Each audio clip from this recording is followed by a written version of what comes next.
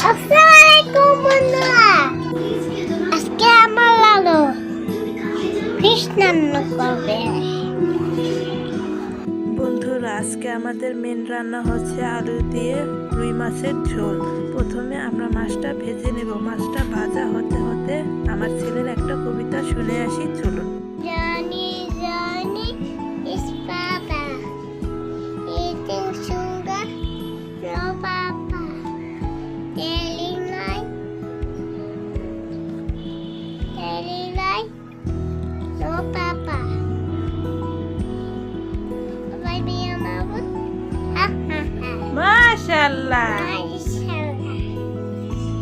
বন্ধুরা, কবিতা শুনতে শুনতে এখানে আমাদের মাছটা ভাজা হয়ে গেছে। মাছটা ভাজার পর যে তেল রয়েছে এর মধ্যে আগে থেকে কেটে ধুয়ে রাখা আলু দিয়ে দেব। এরপর আলুর মধ্যে হাফ চা চামচের মতো হলুদের গুঁড়া ও স্বাদ মতো লবণ দিয়ে ভালোভাবে নেড়ে চেড়ে ভেজে উঠিয়ে নিব। এখন এর মধ্যে আরও কিছুটা তেল দিয়ে 2 কাপের মতো পেঁয়াজ কুচি দিয়ে দিব। পেঁয়াজটা বাদামি রঙের হয়ে আসলে 1 টেবিল চামচ আদা রসুন বাটা দিয়ে হালকা ভেজে নেব। এরপর পেঁয়াজ বাটা দিয়ে আদা রসুনের বাটা ও পেঁয়াজ বাটাটা একসাথে 30 সেকেন্ডের মতো ভেজে নিব।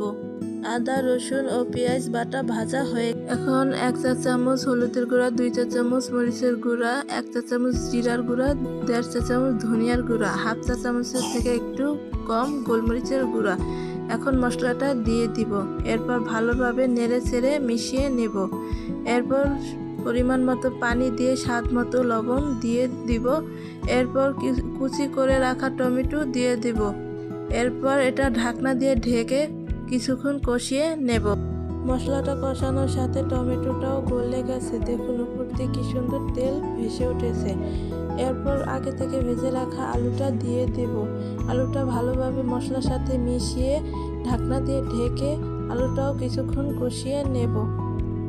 আলুটা কষানো হয়ে গেছে। এখন 3 কাপ পানি দিয়ে দিব। পানি দিয়ে ভালোভাবে নেড়ে ঢাকনা দিয়ে ঢেকে দিব। এরপর বলক আসা পর্যন্ত অপেক্ষা করব। বলক চলে আসলে আগে থেকে ভেজে রাখা মাছটা দিয়ে দিব। মাছটা দেওয়া শেষ হলে আলতো হাতে নেড়ে চেড়ে দেব। এরপর কিছুক্ষণ অপেক্ষা করব। এরপর কিছুটা লেবুর রস দিয়ে দিব। এখানে 1 চা চামচের মতো লেবুর রস হবে। এরপর ধনিয়া পাতা কুচি দিয়ে দিব। ধনিয়া পাতা দেওয়ার পর 4 থেকে 5 সেকেন্ডের মতো রান্না করে নেব। রান্না হয়ে গেছে। এখন তরকারিটা নামিয়ে নিব। এই তো আমার তরকারি ডান।